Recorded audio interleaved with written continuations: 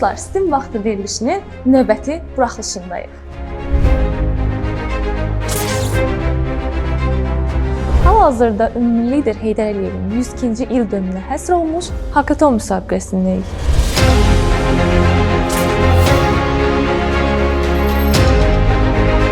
Biz bugün burada qalib olmağa gəlmişik və üçümüz də inanırıq ki, biz qalib olacağıq.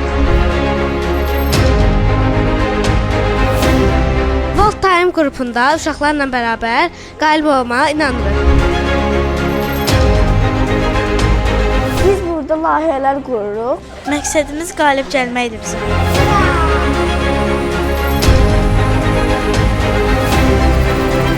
Dövrə qururuq burada və dövrələri gedib jüriyə aparırıq. Jüri isə qiymətləndirir.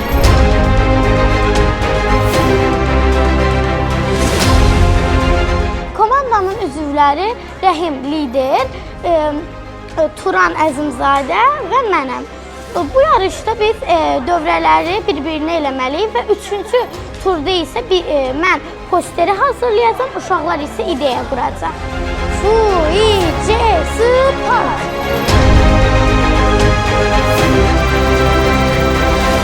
Bugün STEM İnnovasiya Mərkəzində ümummilli liderimiz Heydər Əliyevin 102-ci il dönümünə həsr olunmuş hakaton yarışması keçirilir.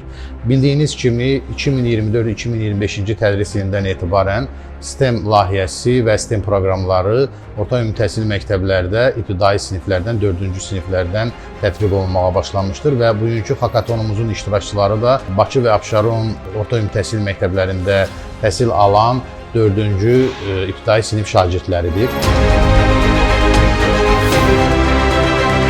Bugün öz komandamızla birlikdə hakaton yarışında iştirak edirik. Hər biri ilə çox ciddi hazırlaşmışıq və qalib olacağımızı ümid edirik. Onların həyəcanları çoxdur. İnanıram ki, bu yarışda onlar da qalibiyyət əldə edəcəklər. Komandalarımız uğurla iştirak edir. Əminəm ki, komandalarımız qalib gələcək.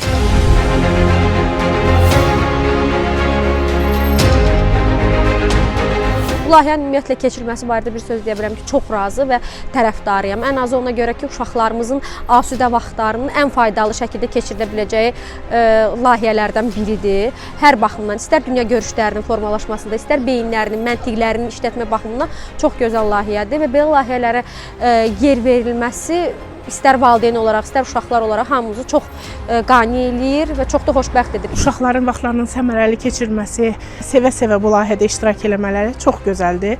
İlk öncə onun üçün təşəkkür edirəm.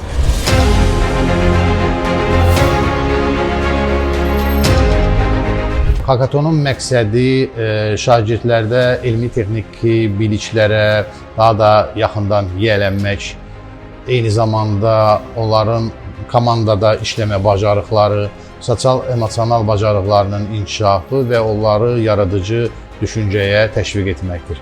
Və bu istiqamətdə STEM Azərbaycan olaraq gələcəkdə də addımlar atmağa davam edəcəyik.